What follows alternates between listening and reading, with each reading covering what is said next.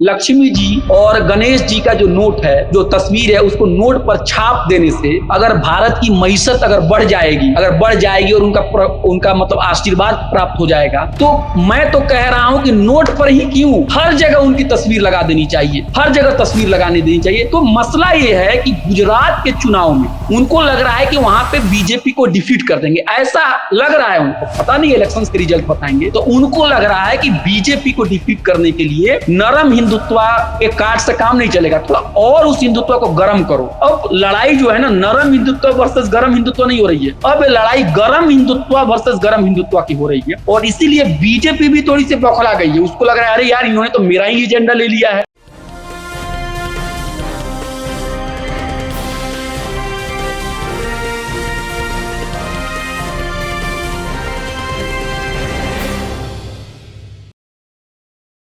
Hello, नमस्कार, आदाब, सत श्री अकाल और अस्सलाम वालेकुम। मैं हूं मोहम्मद अहमद काज़मी, लेकर आया हूं आपका पसंदीदा कार्यक्रम आपके रूबरू। इस कार्यक्रम में हम आपको कुछ जानकार लोगों से मिलवाते हैं और कुछ ताज़ा खबरों पर चर्चा करते हैं ताकि कुछ नए एंगल से कुछ और इंफॉर्मेशन हम तक आप तक पहुंच सके। इस वक्त एक दिवाली के साथ-साथ जो खुशी का माहौल और बढ़ा भारत में, वो ब्रिटेन में ऋषि सुनक के प्राइम मिनिस्टर बनने पर बना। और उसकी वजह यह बताई जा रही है कि चूंकि उनके एंसेस्टर्स भारत के हैं, इसलिए हमारे लिए बड़ी खुशी की बात है। पाकिस्तान वाले कह रहे हैं कि वो गुजरांवाला से उनके दादा गए थे अफ्रीका, और वहां से वो ब्रिटेन गए, तो वो भारत का कनेक्शन नहीं मानते। बहरहाल इस किस्म के अपने अपने तरीके से क्लेम किए जा रहे हैं। कीनिया वाले भी उन्हें अपना बता रहे हैं, क्योंकि आम तौर पर जब कोई आदमी तरक्की करता है तो सभी लोग उसको अपना बताने लगते हैं। ये एक नेचर है। किसी गांव का कोई एक लड़का अगर डिस्ट्रिक्ट मजिस्ट्रेट बनता है तो सारे गांव के जो उनके पेरेंट्स को कभी मिलने नहीं गए, वो उससे जरूर मिलते हैं। तो ये इस पर हम बात करेंगे। दूसरा, अरविंद केजरीवाल जी ने करेंसी पर लक्ष्मी और गणेश की फोटो छापने की, तस्वीर छापने की बात कही है, और उस पर एक नई बहस शुरू हो गई कि इसमें किसी ने मशवरा दिया कि बी आर अम्बेडकर का फोटो होना चाहिए, किसी और ने मशवरा दिया कि छत्रपति शिवाजी का होना चाहिए। ये ऐसा लगता है कि हिंदू राष्ट्र की तरफ बढ़ते हुए कदम का एक और नई बहस है, ऐसा महसूस होता है। एक तरफ एक और खबर आ रही है, आजम खान को हेट स्पीच में, यानी नफरत वाली तकरीर, उन पर इल्जाम है कि उन्होंने तकरीर की, और अब वहां लोअर कोर्ट ने उन्हें 3 साल की सजा भी दे दी, और उनकी जो मेंबरशिप असेंबली की थी वो खत्म कर दी गई है।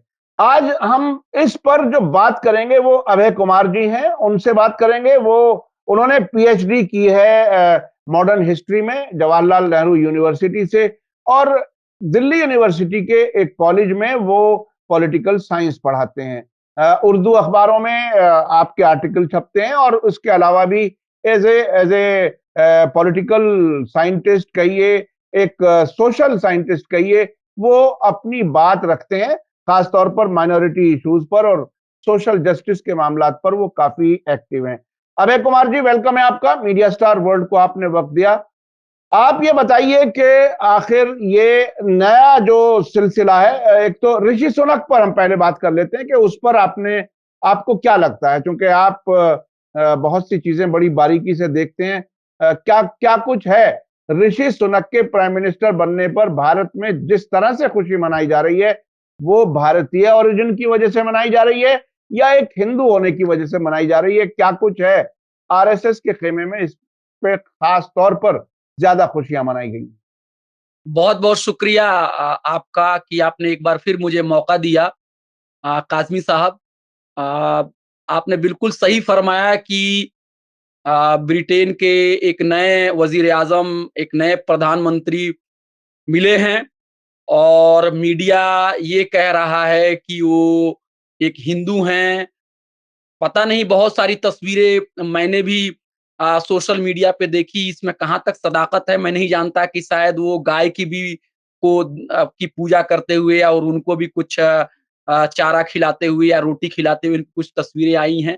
अब मुझे नहीं मालूम कि उनका पर्सनल अकीदा क्या है, क्योंकि जब तक वो पीएम नहीं बने हुए थे तब तक बहुत ज़्यादा मालूमात उनकी पर्सनल लाइफ़्स के बारे में नहीं थी। लेकिन जिस तरह से सोशल मीडिया पे उनको लेके खुशियाँ हिंदुस्तान में मनाई जा रही थी और जिस अंदाज़ में मनाई जा रही थी, उससे मुझे बड़ा ताज्जुब हुआ। देखिए, अगर कोई भी इंसान जिसका ताल्लुकात हिंदुस्तान से है और वो अगर ब्रिटेन में जाके प्रधानमंत्री बनता है, तो ये हम सबके लिए खुशी की बात है। अगर कुछ लोग ये कह रहे हैं कि उनका ताल्लुकात जो है वो पाकिस्तान से है, तो तब भी हिंदुस्तान और पाकिस्तान तो एक ही मुल्क है, 1947 तक तो हम एक ही थे। भगत सिंह लाहौर के थे और इसलिए हम भगत सिंह को भूल जाएँगे कि वो लाहौर आज हिंदुस्तान में नहीं है, तो नादानी वाली बात होगी।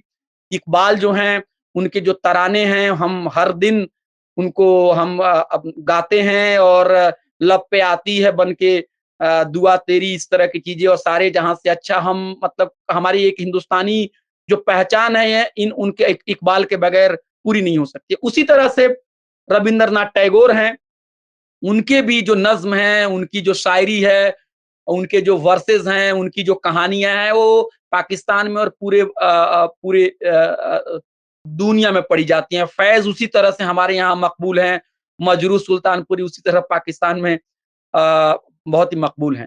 तो मैं ये कहना चाह रहा हूँ कि चाहे वो पाकिस्तान के हों या चाहे हिंदुस्तान के हों, ये जिनको जिस वक़्त भी साबित करना हो, वो साबित कर दें, हमें इससे कुछ लेना-देना नहीं है। लेकिन वो इस हिंदुस्तानी जो एक तहज़ीब कहते हैं या ये हिंदुस्तानी जो सकाफ़त है, जो हज़ारों साल पुरानी है, उससे वो निकले हुए हैं, उसके एक मतलब कहिए कि उसके वो एक वंश हैं, उसके वो फ़र्ज़ंद हैं, उसके सन हैं, तो हम लोग को खुशी होनी चाहिए। लेकिन उसको कैसे पेश किया जा रहा है कि वो एक हिंदू थे। आप देखिए कि डबल स्टैंडर्ड, जो दोहरा मापदंड जो होता है, उसको सियासत में लेके चलता कौन है और दोहरा मापदंड सियासत में इस्तेमाल करने का इल्जाम किसके ऊपर लगाया जाता है, ये भी बड़ी अजीब सी बात है। जो लोग अपने आप को राष्ट्रवादी कहते हैं, वो जाएंगे और किसी मुसलमान के पास और उनसे पूछेंगे कि भाई, तुम ये बताओ कि तुम पहले मुसलमान हो कि तुम पहले भारतीय हो। मैं भी जब छोटा था, तो हमसे भी कुछ लोग कहते थे कि आप जाओ किसी मुसलमान से पूछो कि तुम हिंदुस्तानी पहले हो, तुम भारतीय पहले हो कि तुम पहले मुसलमान हो। तो मुसलमान बोलेगा सबसे पहले कि मैं मुसलमान हूँ।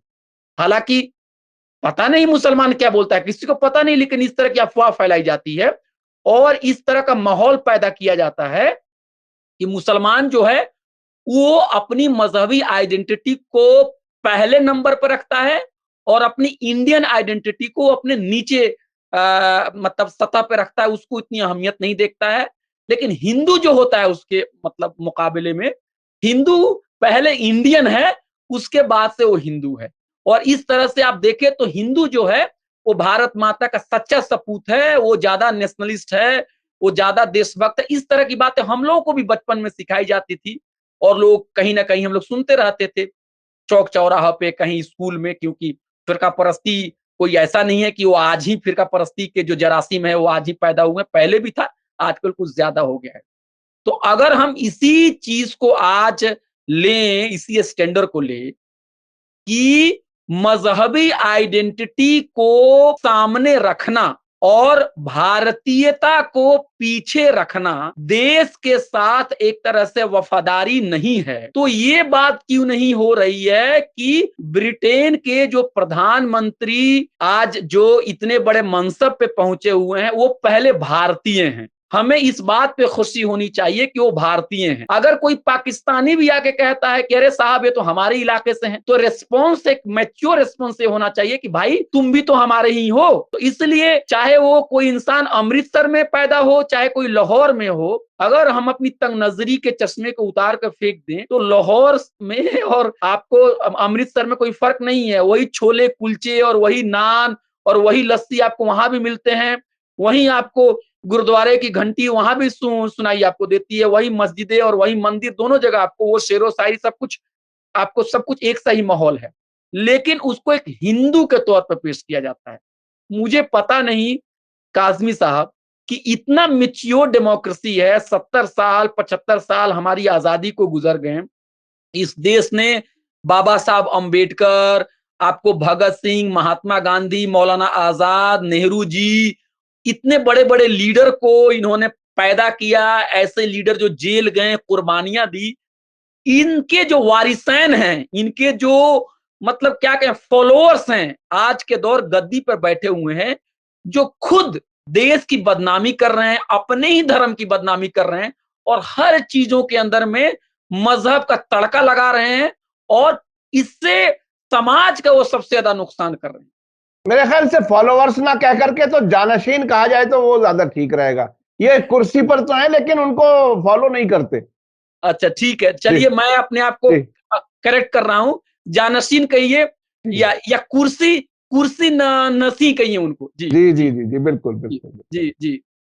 तो अभी अभी आपको मतलब क्या लगता है इसमें क्या वाकई भारत के लिए वो बहुत ज्यादा कुछ सूदमंद फायदेमंद साबित होने जा रहे हैं?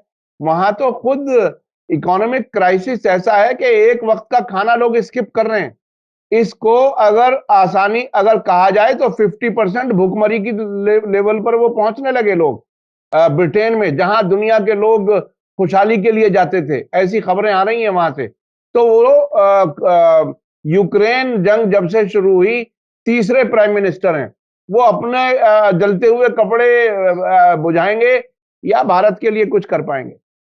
देखिए, दो चीजें होती हैं। एक जिसको हम अंग्रेजी में कहते हैं सिंबॉलिक, अलामती तौर पे जो जो एक जाहिरी चीज होती है, जो सामने से दिखती है, और एक होता है सब्सटेंस, जो ठोस चीजें होती हैं। तो अगर कोई हिंदुस्तानी अगर ब्रिटेन का प्रधानमंत्री बनता है, तो इसका स्वागत होना चाहिए। हम्म, इसलिए कि अंग्रेजी सरकार के बारे में कहा जाता था कि इसका जो सूरज है वो कभी डूब नहीं सकता है। The sun can never set on the British empire. अंग्रेजों का सिक्का हमेशा चलेगा। अंग्रेजों की जो सल्तनत में कभी अंधेरा नहीं आएगा। अंग्रेजों का राज जो है उसका सूरज हमेशा चमकता रहेगा। ये जो सल्तनत है दरख्शा रहेगा हमेशा कयामत तक। इस तरह की बात जिसको हम कहते हैं कॉलोनियल आइडियोलॉजी।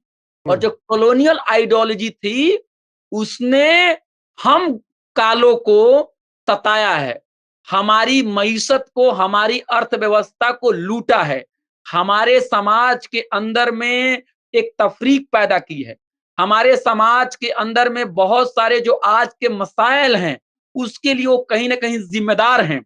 हिंदू मुसलमान के जो झगड़े हैं, मुल्क की जो तकसीम है, उसके लिए वो भी एक बहुत हद तक जिम्मेदार हैं। लेकिन मैं ये भी कह रहा हूं कि अगर हम हिंदुस्तानी, अगर हम हिंदू मुसलमान और सिख ईसाई अगर अपने घरों को ठीक से रखे होते, अगर हम अपने भाइयों से दुश्मनी और अदावत नहीं करते, अगर हिंदू मुसलमानों के खिलाफ अंग्रेज बहादुर से जाके मुखबिरी नहीं करता, और मुसलमान हिंदुओं के खिलाफ नहीं करता, और हिंदू हिंदुओं के खिलाफ नहीं करता, और मुसलमान मुसलमानों के खिलाफ नहीं करता, और हम चंद सोने के और चांदी के सिक्कों की तरह अपने जमीर को नहीं बेचते, तो शायद हमारी हालत इतनी खराब नहीं होती। जो लोग हिंदू और मुसलमान के नाम पे लड़ते हैं उनको उनसे पूछिए कि बहादुर शाह जफर के खिलाफ जो मुखबिरी करने वाले लोग कौन थे। ज्यादातर उसमें मुसलमान लोग थे जो किले के अंदर में बैठे हुए थे और हर बात को जाके अंग्रेजों को जाके बता देते थे।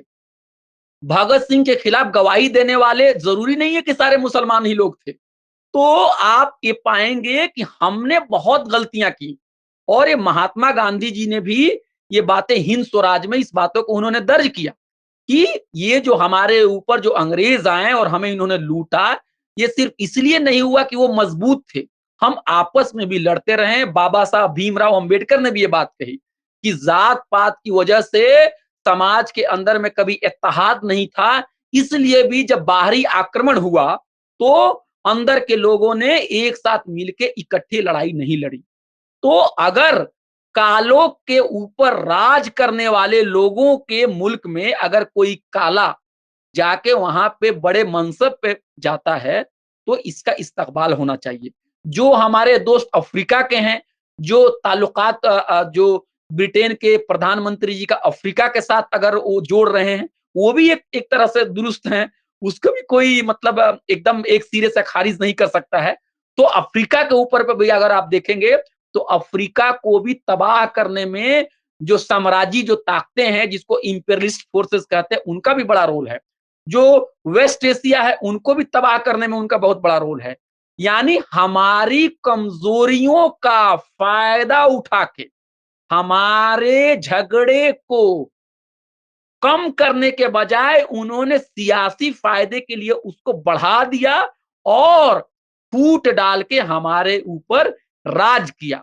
तो इस पस मंजर में अगर हम देखेंगे तो अगर कोई इंसान अफ्रीका से, अरब ममालिक से, ईरान से, हिंदुस्तान से, पाकिस्तान से, नेपाल, भूटान, कहीं से भी अगर कोई इंसान जाके गोरे मुल्कों में अगर उसको कोई अच्छी पोजीशन मिलती है, इवन में कोई एक बड़ी पोजीशन उसको मिलती है, तो इसकी खुशी जो है पूरे एशिया और अफ्रीका को मनानी चाहिए। ये हमारी बदकिस्मती है, हमारी तंग नजरी है कि हम उसको हिंदू मुसलमान बना के पेश करते। अब देखिए ये भी हो सकता है कि हिंदू के अंदर में भी कोई कहेगा अरे भाई ये हिंदू नहीं थे, ये तो हिंदू के अंदर में इस भगवान को मानने वाले थे, उस भगवान को मानने वाले थे। तो हम और भी तंग नजरी में डूबते चले जा रहे हैं। लेकिन हमें इसका इस्तकबाल करना चाहिए। लेकिन एक और चीज मैंने कहा, एक ठोस पहलू होता है जिसको हम बोलते हैं सब्सटैंटिव इशू, और वहां पे आपने बिल्कुल सही कहा कि सब्सटैंटिव इशू को एड्रेस करना बहुत मुश्किल काम है, लोहे के चना चबाने के बराबर होता है। क्योंकि अलामती तौर पे आप इधर उधर की चीजें को करके और आप ऐसा मतलब माहौल बनाते हैं जैसे आपने बीमारी दूर कर दी। मिसाल के तौर पे अगर आपको कोई जख्म हुआ है और डॉक्टर ने कहा है कि जख्म को बगैर ऑपरेशन किए हुए इसका इलाज नहीं हो सकता, तो आप क्या करते हैं, वक्ती तौर पे आपको डॉक्टर राहत देने के लिए पेन किलर दे देता है। तो पेन किलर लेने के बाद बच्चा ही नादान समझेगा कि उसकी बीमारी दूर हो गई, या एंटीबायोटिक 2 दिन खाने के बाद एक बच्चा ही समझेगा कि उसकी बीमारी दूर हो गई। एक डॉक्टर को पता है कि इसका असर 24 घंटे या 1 दिन या 2 दिन के बाद खत्म हो जाएगा। इसको अगर पूरी तरह से इसको अगर ठीक करना है इस मरीज को, तो उसको आपको ऑपरेशन करने की जरूरत है। यानी सब्सटैंटिव लेवल पे समाज को बदलने की जरूरत है, जिसको हम कहते हैं पॉलिटिकल साइंस में रिवॉल्यूशन, इनकलाब। इनकलाब को बहुत ही लोग एक मनफी तौर पर पेश करते हैं, अरे इनकलाब का मतलब खून खराबा, कुछ लोग आएंगे सड़कों पे आएंगे, लाठियां लेंगे, गोलियां लेंगे, तलवार और भाले और तोप और किसी को मारेंगे। नहीं, व्यवस्था को इनकलाबी तौर से बदल देने का नाम है इनकलाब। तो चाहे ब्रिटेन हो चाहे हिंदुस्तान हो, यहाँ पे जो है ना सिंबॉलिक तरीके से तो इधर उधर की चीजें आप करके सत्ता में बने रह सकते हो। आप इनको बना दो प्राइम मिनिस्टर, तो उनको बना दो, तो इनको बदल दो, तो इनको बदल दो, तो सड़क का नाम बदल दो, तो रेल का नाम बदल दो, तो नोट पे इनकी तस्वीरें छाप दो। ये सब चीज होती है, अलामती चीजें होती हैं। आप 2 मिनट के लिए चीजों को इधर उधर कर सकते हो। लेकिन अगर आपको सब्सटैंटिव लेवल पे अगर आपको लोगों को राहत देनी है तो एक इनकलाब लाना पड़ेगा। और ये इनकलाब कैसे आएगा? ये इनकलाब आएगा, बहुत ही आसान है लाना। ये इनकलाब, ये बदलाव लाना बहुत ही आसान है। जो काम करेगा उसको उसको हक मिलेगा, जो काम नहीं करेगा वो लोगों की मजदूरी का इस्तेहसाल नहीं करेगा। जो गरीब ममालिक हैं उनको उनका हक मिलना चाहिए, जो मजदूर हैं उनको उनका हक मिलना चाहिए। जो कंट्री गरीब हैं उनके ऊपर आप बहुत तरह के क्या कहते हैं, अगर वो अपनी मईशत को आगे बढ़ाना चाहते हैं तो आपको उनको उनको उनसे घबराना नहीं चाहिए। ये नहीं कि आप उनके ऊपर बहुत सारे सैंक्शन ला दो, अरे ये उड़ने की कोशिश कर रहा है, अरे ये तो अपनी खारजा पॉलिसीज को इंडिपेंडेंट करने की कोशिश कर रहा है, अरे इसके अंदर में तो एक ताकत है आगे बढ़ने की, इसको दबाओ नहीं। जब तुम इंसाफ करोगे, लोगों को हक दोगे, एक दुनिया में एक पीस के लिए तुम काम करोगे, आर्म्स की जगह पे जब गेहूं और केक और रोटियां जब तुम पैदा करोगे, तब मुल्क, तब पूरी दुनिया के अंदर में शांति और अमन आएगा। आप सोचिए जो बड़े बड़े ममालिक हैं उनके जो प्रोडक्ट आपके घर में आते हैं, आप एक कंप्यूटर को ले लीजिए, एक लैपटॉप को ले लीजिए, आपको लाखों लाखों रुपए देने होते हैं। लेकिन गरीब ममालिक के आलू, आप टमाटर, उनके गेहूं, उनके प्याज, उनकी चाय पत्ती को ले लीजिए, उनकी क्या कीमत होती है। मतलब ये कि आपको एक मोबाइल फोन खरीदने के लिए आपको कम से कम एक ट्रक उनको अनाज देना पड़ेगा। तो ये जो डिसबैलेंस है, इसको इसको कौन हल करने वाला है। और एक व्यक्ति अमीर से अमीर बनता चला जा रहा है। अब भारत में ही ले लीजिए, एक साहब हैं जो नंबर 2 या 3 या 4 नंबर पे आए हुए हैं। इस हुकूमत की कृपा उनके ऊपर है। अरे भाई, कोरोना में सबका धंधा चौपट हो गया। कितने लोग अपने रिश्तेदारों को खो दिए, किसी तरह से लोग जी रहे हैं। लेकिन ये साहब जो हैं, जो गुजरात से इनका ताल्लुकात है, ये इन साहब का जो बिजनेस है, कई हजार, कितना नहीं कितना हजार गुना बढ़ गया उनका। तो भाई, ये कौन सा बिजनेस कर रहे हो कि सारे लोगों का नुकसान हो रहा है और तुम्हारा ही फायदा हो रहा है। तो अभय कुमार जी, मैं आना चाहता था उस पर, जो ये करेंसी नोट पर जो आपने कहा कुछ चीजें सिंबॉलिक होती हैं, तो क्या ये सिंबॉलिक हिंदू राष्ट्र की तरफ जाते हुई बात है, या ये सिर्फ बहस के लिए बात है? चूंकि हमें भी इतना लंबा अरसा हो गया पत्रकारिता में, कई बार ये महसूस होता है कि सरकार खुद किसी एक नए इशू को चर्चा में लाती है, और वो चर्चा में लाके उसका कोई खास मकसद होता है कि उसका नतीजा क्या देना है, कितना टाइम लगेगा। क्या ये उसी तरफ जाता हुआ कदम है? कुछ लोगों का ये कहना है कि केजरीवाल जी गुजरात में इलेक्शन जीतने के लिए हिंदुओं का दिल जीतना चाहते हैं, उनकी वोटें खिसकाना चाहते हैं अपने हक में। क्या आपको क्या लगता है? कभी कभी मैं अरविंद केजरीवाल जी को देखता हूं, तो मुझे यही लगता है कि कहां से इन्होंने सफर सफर जो है ना शुरू किया था और कहां आके पहुंच गए। देखिए, ये आईआईटी से पढ़े हुए हैं, आईएएस ऑफिसर भी रहे हैं वो रेवेन्यू डिपार्टमेंट में। फिर ये बहुत सारे सिविल सोसाइटी मूवमेंट में भी इनका रोल था। एक जमाने में ये करप्शन के खिलाफ भी ये आवाज उठाते थे, बड़े बेबाक लीडर थे। कहीं पर भी भूख हड़ताल और धरने पर बैठ जाते थे। और देश में एक कहते हैं ना, क्रोनी कैपिटलिज्म। क्रोनी कैपिटलिज्म का मतलब होता है कि सरकार कुछ ही बड़े बड़े पूंजीपतियों के लिए ही काम करती है और रूल को तोड़ देती है उनके फायदे के लिए। सरकार को चाहिए कि वो सबको एक बराबर, एक लेवल प्लेइंग फील्ड दे, सबको सबके साथ इंसाफ करे। ये नहीं कि उसका कोई चहेता है और कोई चहेता नहीं है। तो केजरीवाल जी की शुरुआत उससे हुई थी कि हम, सरकार जो है कुछ खास लोगों को अपना प्रेमी, अपना यार समझती है। ऐसा नहीं होना चाहिए। भारत में सारे उद्योगपतियों को बराबर मौका दिया जाए ताकि करप्शन खत्म हो। एक जमाने में वो करप्शन के खिलाफ उनकी तहरीक थी और उनके साथ बहुत बड़े बड़े लोग भी जुड़े हुए थे और बहुत उनकी एक हिमायत भी मिली थी। कुछ लोग ये भी कहते हैं कि हिंदुत्व की जो ताकतें थी वो भी उनको पीछे से सपोर्ट कर रही थी, जाने अनजाने में, क्योंकि उनको लगता था उस वक्त के कि जो कांग्रेस सरकार थी उसके खिलाफ एक माहौल पैदा हो रहा है। अब इसकी सदाकत मुझे नहीं है, मैं नहीं कह सकता। अगर मैं मान भी लूं कि वो एक, कि उनका उनका जो आंदोलन था वो एक आजाद था, एक इंडिपेंडेंट आजाद था, ये मान लेते हैं। और ये अफवाह है कि उनको जो भगवा ताकतें उनको पीछे से समर्थन कर रही थी। और एक जमाने में वो मोदी जी के खिलाफ इलेक्शंस भी लड़ने गए। और उनकी तहरीक में अगर आप देखेंगे तो बड़े बड़े देश के नामवर जो सोशल एक्टिविस्ट और बड़े बड़े लोग थे उनके साथ जुड़े हुए थे। लेकिन क्या हुआ कि वक्त गुजरने के साथ साथ उन्होंने अपने पार्टी में सबको उन्होंने पार्टी से बाहर कर दिया। अब वो बचे हुए हैं और उनका साया पार्टी में बचा हुआ है। जी, उनको किसी पे एतबार नहीं है। मैं उनकी कोई उनकी तनकीद मैं बिल्कुल एक जिम्मेदार एक शहरी होने के नाते मैं कर रहा हूं। मैं एक सियासी पार्टी का एक जो लीडर उनके खिलाफ जो तनकीद करता है वैसे मैं नहीं कर रहा हूं। और आपको पता है, हम लोगों ने भी केजरीवाल साहब को वोट किया था, मैं बता रहा हूं।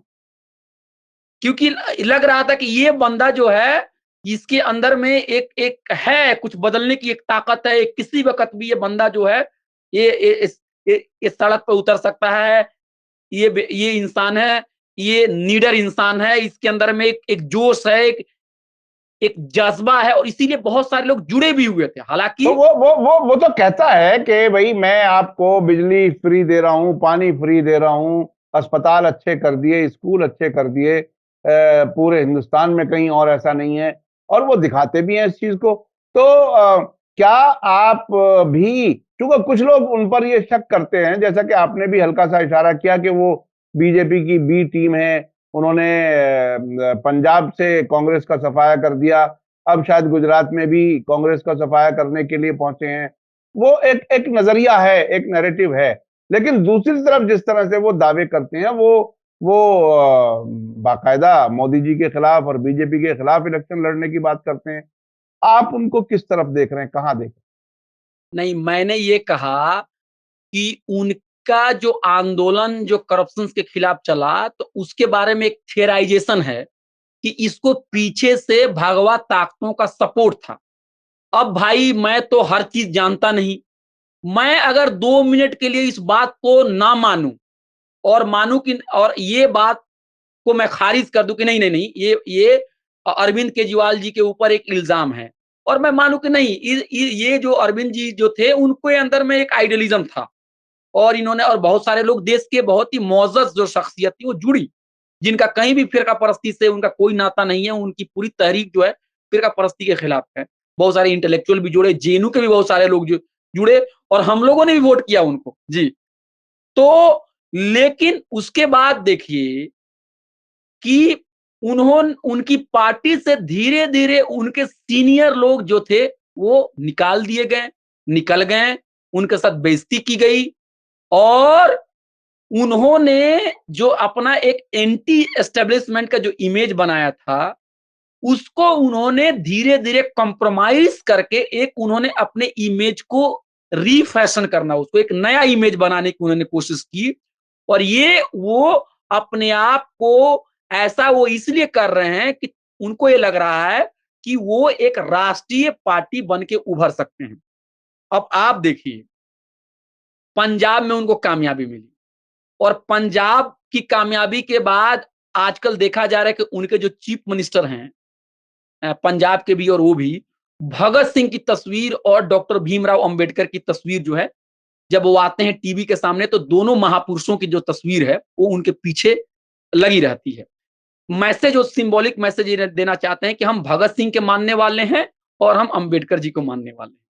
लेकिन जब वो बातें करते हैं, और मैं राजनीति शास्त्र यानी पॉलिटिकल साइंस को पढ़ाता भी हूं, भगत सिंह के क्या विचार थे और अंबेडकर जी के क्या विचार थे, अगर आप देखेंगे तो केजरीवाल जी जिस कुर्सी पर बैठ के जो बात बोल रहे हैं, वो बातें जो हैं उनमें से बहुत सारी बातें भगत सिंह और अंबेडकर जी के विचार से बिल्कुल उल्टी जा रही है। मिसाल के तौर, दिल्ली का जब दंगा हुआ, उस दौर में चाहे कोई हिंदू हो चाहे कोई मुसलमान हो, किसी भी बेकसूर इंसान की जान नहीं जानी चाहिए।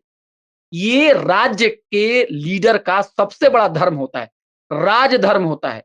अगर आप पॉलिटिकल फिलॉसफी में जाएं और आप जितने भी विचारधारा को पढ़ें, हो सकता है कि एक बिंदु में उनके बीच में आपसी टकराव हो, लेकिन एक पॉइंट पे सब लोग इत्तेफाक करेंगे कि राज्य, स्टेट, रियासत का काम है कि सबको सुरक्षा, हिफाजत, सिक्योरिटी देना। ये बात कौटिल्य भी कहेंगे, ये बात आपको गांधी जी भी कहेंगे, ये बात अंबेडकर जी भी कहेंगे। लेकिन वहां पे आपको पता है कि अकलियतों के साथ भेदभाव किया गया।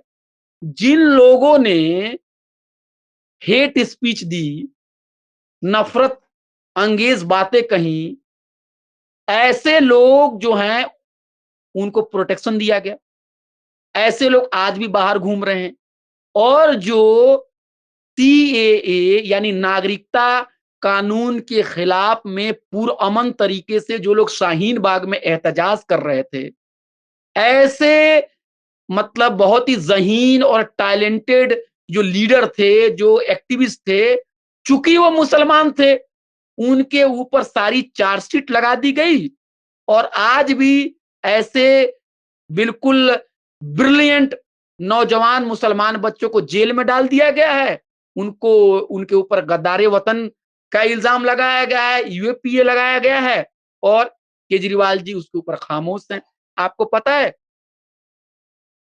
अंबेडकर जी की निगाह में शख्सी आजादी यानी इंसान की लिबर्टी, सिविल लिबर्टी, उसकी व्यक्तिगत जो अधिकार हैं वो सर्वोपरि है।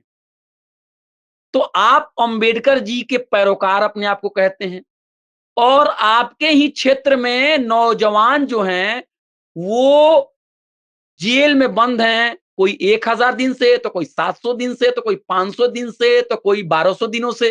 भाई आपको इसके खिलाफ आवाज बुलंद करनी चाहिए। वहां भी आप सियासत के लिए चुप हो गए। दूसरी बात यह है कि आप ही की पार्टी के एक बहुत ही मुअज़्ज़ज़ जो दलित समाज से आने वाले नेता और एक मिनिस्टर थे, वो बुद्ध धर्म का एक जो शिक्षा का जो एक बहुत बड़ा कार्यक्रम हो रहा था उसमें वो शामिल होने गए। मैं पूछना चाहता हूं कि भारत के संविधान में जिसको बाबा साहब अम्बेडकर ने जिसको ड्राफ्ट किया, जिसकी तस्वीर उनके ऑफिस में लगी रहती है केजरीवाल जी के सामने, बाबा साहब अम्बेडकर खुद बुद्ध धर्म की शिक्षा उन्होंने ली है, खुद उन्होंने बुद्ध धर्म को कबूल किया है। उन्होंने खुद 1956 में अपने लाखों अपने समर्थकों के साथ नागपुर में बुद्ध धर्म को कबूल किया है। और एक बात बताइए, भारत के संविधान में रिलीजियस फ्रीडम जो है ना, वो फंडामेंटल राइट्स है, यानी पार्लियामेंट उसको खत्म नहीं कर सकता है, रियासत खत्म नहीं कर सकता है। और आप पूछेंगे कि फंडामेंटल राइट्स और रिलीजियस फ्रीडम का क्या मतलब होता है? मतलब ये कि आप किसी धर्म को मान सकते हैं, किसी धर्म को बदल सकते हैं, किसी धर्म का प्रचार कर सकते हैं, किसी धर्म को मान भी सकते हैं, नहीं भी मान सकते हैं, इसकी पूरी आजादी है। तो अगर कोई व्यक्ति बुद्ध धर्म को जाके कबूल करेगा, तो ये को शपथ लेगा ना भाई कि आज से मैं बुद्ध धर्म को कबूल कर रहा हूं, मैं बुद्ध के राह पे चलूंगा, और मैं पहले जिस राह पे चलता था उससे मेरा कोई लेना देना नहीं है। अब ये बात कहना कैसे किसी धर्म विशेष के खिलाफ, मतलब भावना आहत करने के बराबर हो गया। अगर इसको मान लिया जाए कि धर्म बदलने से किसी दूसरे धर्म का भावना आहत हो जाती है, तो आप इनडायरेक्टली ये कहना चाहते हैं कि धर्म मत बदलो। आज जब आप कहेंगे धर्म बदला एक जुर्म हो गया, तो आप फंडामेंटल राइट्स के खिलाफ काम कर रहे हो। और जब आप फंडामेंटल राइट्स को तोड़ रहे हो, तो कॉन्स्टिट्यूशन की रूह को आप गला दबा रहे हो। और जब कॉन्स्टिट्यूशन को नहीं मान रहे हो, तो बाबा साहब को नहीं मान रहे हो, तो उसकी तस्वीर रखने का क्या मतलब है? हम्म। ये तीसरी ये बात ये बहुत ही तीसरी बुनियादी। जी जी जी। तीसरी बात, नोट के ऊपर लक्ष्मी जी और गणेश जी की उन्होंने कहा है कि उनकी तस्वीर लगा देनी चाहिए। मैं पूछना चाहता हूं कि कौन सा ऐसा हिंदू होगा जो लक्ष्मी जी और गणेश जी की पूजा नहीं करता है? आप बताइए। तो एक चीफ मिनिस्टर का यही धर्म है कि वो नागरिकों से कहे कि तुम भगवान की पूजा कर लो और इनका पोस्टर यहां लगा दो? उसको तो ये कहना चाहिए कि दिवाली के दिन मैं आप लोगों के लिए बोनस दे रहा हूं, आप लोगों के लिए नई नौकरियां ला रहा हूं, आप लोगों के लिए नए नए स्कूल खोल रहा हूं, नए नए अस्पताल खोल रहा हूं, अच्छी सड़कें बना रहा हूं। ये बात कहनी चाहिए ना। आप मुझे ये बताइए कि धर्म का मामला जो है वो व्यक्ति और खुदा, परमात्मा, ईश्वर के बीच का मामला है। इसमें तीसरे लोग ठेकेदारी करने के लिए क्यों आते हैं? भाई, कबीर जी ने क्या कहा, बुद्ध जी ने क्या कहा, आपको बी आर अंबेडकर ने क्या कहा कि धर्म के नाम पे ठेकेदारी नहीं चलेगी। तो धर्म के ठेकेदार, चाहे वो कोई लबादा पहन के आए, चाहे कोई गेरुआ लबादा पहन के आए, या कोई नारंगी पहन के आए, या कोई हरा पहन के आए, कोई लाल पहन के आए, कोई पीला, कोई काला, उनको भी बाहर करो। या कोई आपको खादी पहन के कोई आए, जो नेता लोग हैं, उनको भी बाहर करो। क्योंकि हमारे संविधान में, हमारे आईन दस्तूर में कहा गया है, ये बात लोग भूल जाते हैं कि राज्य का कोई अपना धर्म नहीं होगा, प्राइम मिनिस्टर सबका है। प्राइम मिनिस्टर खुद हिंदू हो सकता है, प्राइम मिनिस्टर खुद मुसलमान हो सकता है, प्राइम मिनिस्टर गिरजाघर में जा सकता है और प्राइम मिनिस्टर जो है गुरुद्वारा में जा सकता है, लेकिन प्राइम मिनिस्टर अपने आप को जब वो प्रधानमंत्री की कुर्सी पर बैठेगा तो अपने आप को एक हिंदू और मुसलमान के तौर पर पेश नहीं करेगा। और जब वो कोई फैसला लेगा तो वो धर्म के आधार पर भेदभाव नहीं करेगा। और हिंदुस्तानी सेकुलरिज्म की एक और खूबसूरती है कि यहाँ पे धर्मों के खिलाफ राज्य कोई अभियान नहीं छेड़ेगा। ऐसा नहीं है कि धर्मनिरपेक्षता का मतलब है कि भाई चलो जो भी हिंदू हैं उनको उनके खिलाफ कार्रवाई करो या जो भी मुसलमान हैं उनके खिलाफ कार्रवाई करो। राज्य का काम है कि वो सारे धर्मों का बराबर आदर करे। मिसाल के तौर पे अगर होली के मौके पर अगर राज्य जो है पुलिस का इंतजाम करता है सुरक्षा के लिए, सफाई करवाता है, तो आपको ईद के मौके पर भी उसको पुलिस का इंतजाम करना पड़ेगा, उसको सफाई करानी पड़ेगी। उसी तरह से गुरुद्वारे में भी उसको सफाई करवानी पड़ेगी, सिखों को भी बराबर की सुविधा देनी पड़ेगी। अगर कुंभ के मेले के लिए अगर सरकार कुछ अगर वहां पे टेंट लगा रही है, कुछ मेडिकल एड दे रही है, लोगों को कुछ मदद दे रही है, कुछ फलाह का काम कर रही है, तो उसे मुसलमानों और सिखों के त्योहारों के लिए भी करना होगा। तो राज्य कभी भी धर्म का इस्तेमाल जो है ना, वो सियासत को चलाने में नहीं करेगा। बस आखिरी बात मैं खत्म कर रहा हूं कि अगर कोई भी सच्चा इंसान जो है, जो भगवान को मानता है, चाहे वो हिंदू हो मुसलमान हो, वो अपने दिल पर हाथ रखकर कहे कि क्या भगवान ने कभी ये कहा है कि तुम खुद कर्म मत करो, तुम काम मत करो और अपनी जिम्मेदारी मेरे ऊपर तुम डाल दो। जंग लड़ने के बाद ही अगर तुम सही जंग लड़ रहे हो तभी ऊपर वाला तुम्हारा साथ देगा। तुम खेती करोगे तभी बरकत ऊपर वाला देगा। तुम अगर फैक्ट्री में काम करोगे तभी ऊपर वाला तुमको बरकत देगा। अगर तुम रात भर इम्तिहान में पढ़ोगे तभी ही ऊपर वाला तुमको पास कराएगा। आप मुझे बताइए, अगर नोट जो है लक्ष्मी जी और गणेश जी का जो नोट है, जो तस्वीर है, उसको नोट पर छाप देने से अगर भारत की मईशत अगर बढ़ जाएगी और उनका मतलब आशीर्वाद प्राप्त हो जाएगा, तो मैं तो कह रहा हूं कि नोट पर ही क्यों, हर जगह उनकी तस्वीर लगा देनी चाहिए, हर जगह तस्वीर लगाने देनी चाहिए। और एक मेरे दोस्त कह रहे थे कि अगर नोट पर अगर अगर गणेश जी और लक्ष्मी जी की तस्वीर अगर लगा देने से अगर समृद्धि बढ़ जाएगी, बरकत हो जाएगी, तो फिर कोई भी इंसान किसी कागज पर लक्ष्मी जी और गणेश जी की तस्वीर लगा दे और मार्केट में चला जाए और कहे भाई मुझे 1000 रुपए दे दो, क्योंकि अगर तुम 1000 रुपए दे दोगे तो मुझे समृद्धि हो जाएगी, मेरा विकास हो जाएगा। तो मसला ये है कि गुजरात के चुनाव में उनको लग रहा है कि वहां पे बीजेपी को डिफीट कर देंगे, ऐसा लग रहा है उनको, पता नहीं इलेक्शंस के रिजल्ट बताएंगे, तो उनको लग रहा है कि बीजेपी को डिफीट करने के लिए नरम हिंदुत्व के कार्ड से काम नहीं चलेगा, थोड़ा और उस हिंदुत्व को गर्म करो। अब लड़ाई जो है ना, नरम हिंदुत्व वर्सेस गर्म हिंदुत्व नहीं हो रही है, अब लड़ाई गर्म हिंदुत्व वर्सेस गर्म हिंदुत्व की हो रही है। और इसीलिए बीजेपी भी थोड़ी सी बौखला गई है, उसको लग रहा है अरे यार इन्होंने तो मेरा ही एजेंडा ले लिया है। अब बीजेपी ने अपनी बी टीम को केजरीवाल के खिलाफ खड़ा कर दिया, बोलो कि एंटी हिंदू है। तो ये सारी जो सिचुएशंस है, अगर आप उसको बहुत ही इंडिपेंडेंट तरीके से देखें तो ये देश के लिए अच्छा नहीं है। ये आम गरीब आदमी, चाहे वो हिंदू है या मुसलमान हो, उसके लिए अच्छा नहीं है। और सब लोगों को केजरीवाल जी से पूछना चाहिए कि किसी भी हिंदू धर्म की किताबों में या ना ही इस्लाम धर्म में, ना ही बाइबल में लिखा गया है कि इंसान अपनी जिम्मेदारी, अपना जो काम है वो भगवान के ऊपर कर दे और खुद भाग जाए। मईशत अच्छी तब होगी जब रोजगार पैदा होंगे, जब सरकार की पॉलिसी होगी, नोट छापने से नहीं होगा।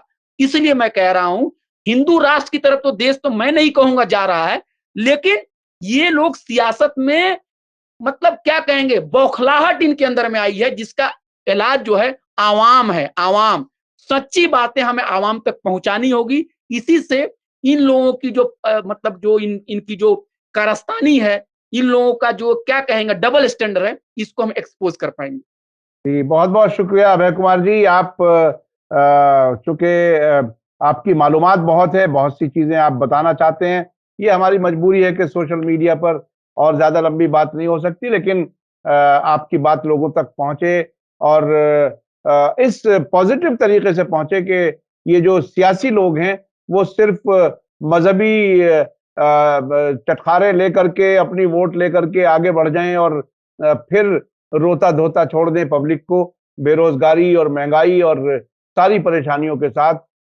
अवाम को जागना जरूरी है और अपने इख्तियारात, अपने हकूक और अपनी जिम्मेदारियां, इन सब के बारे में जानना जरूरी है और उसके हिसाब से उसी के मुताबिक अपनी जिंदगी गुजार के और देश को आगे बढ़ाने के लिए मिलकर के काम करने की जरूरत है। इसी के साथ मुझे दीजिए इजाजत। धन्यवाद, शुक्रिया। जय भारत, जय हिंद। मीडिया स्टार वर्ल्ड के और वीडियो देखने के लिए हमारे चैनल को सब्सक्राइब करें और सीधे नोटिफिकेशन पाने के लिए बेल आइकन दबाएं। और अगर हमारी खबर सच्ची और अच्छी लगे तो अपने व्हाट्सएप, इंस्टाग्राम, फेसबुक और ट्विटर अकाउंट पर जरूर शेयर करें।